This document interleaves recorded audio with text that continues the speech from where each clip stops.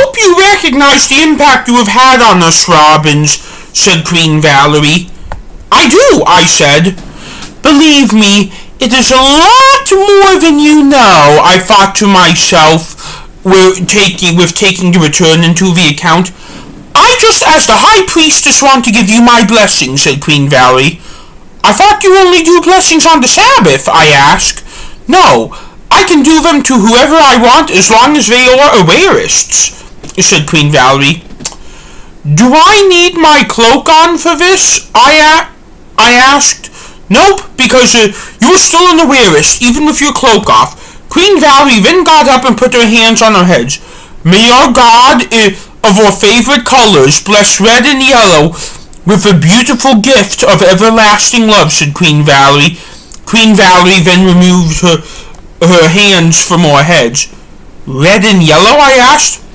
That is your religious name. You get your name named after your favorite color when you were baptized as your religious name, said Queen Valerie. Is my religious name the same as my real name, I asked. No, and I'm still just as much Valerie as I was before I became an Awarist, Queen Valerie answered. And I am still just as much Morven as I was before she converted me, King Morven added. So I guess that means that I am just as much Hannah as I was before I became religious, I said. Yep, said Queen Valerie. There was a pause as I was thinking about what to say next, but thankfully Queen Valerie got me before I was done thinking about what to say next. So, let me ask you this.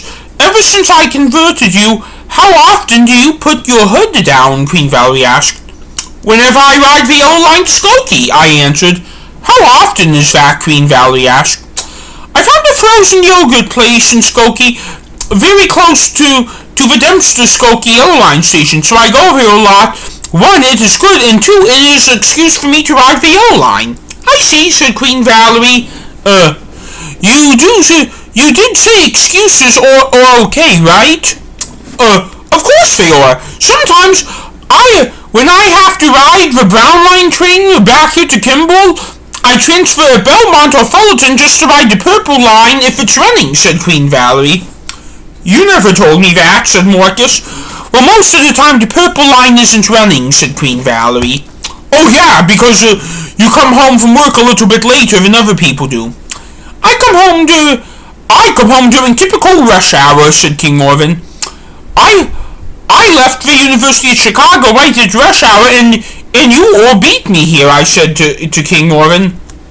I only have 4 stops because I work off 35th and Orchard after Orange Line, and you and I know that I have a lot more, plus the Red Line is the busiest train line in the CTA, said King Morven. Oh, I see, I said.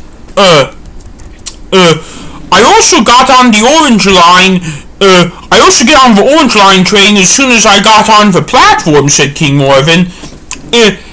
And I had to wait a few minutes at 95th and Dan Ryan, I said. If you live near Howard, that means you ride the Red Line all the way most days, said Marcus.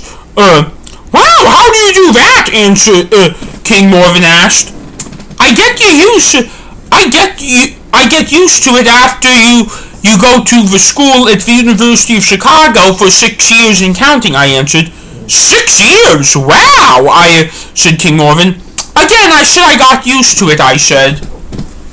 I know, but still, wow. Dad, you know I go to Kimball every school day, and that probably is more dense, stop-wise, Morven said.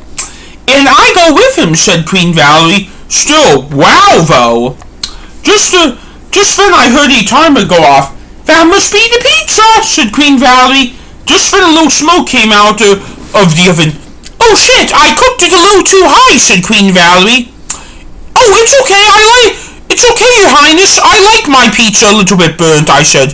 Me too, said Marcus.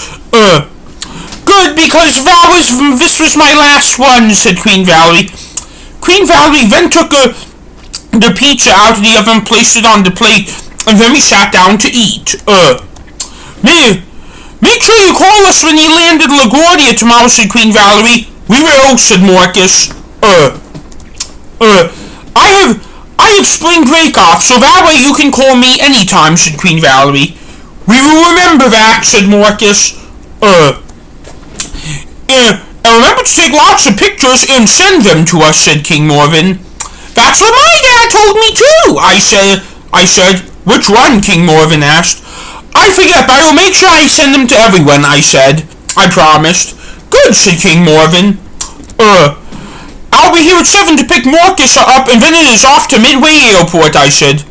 Did you print your boarding passes yet? King Morven asked. Boarding? I asked. Southwest Airlines has a policy where you can print your boarding pass off early to get to board sooner, answered King Morven. Oh, no, I said.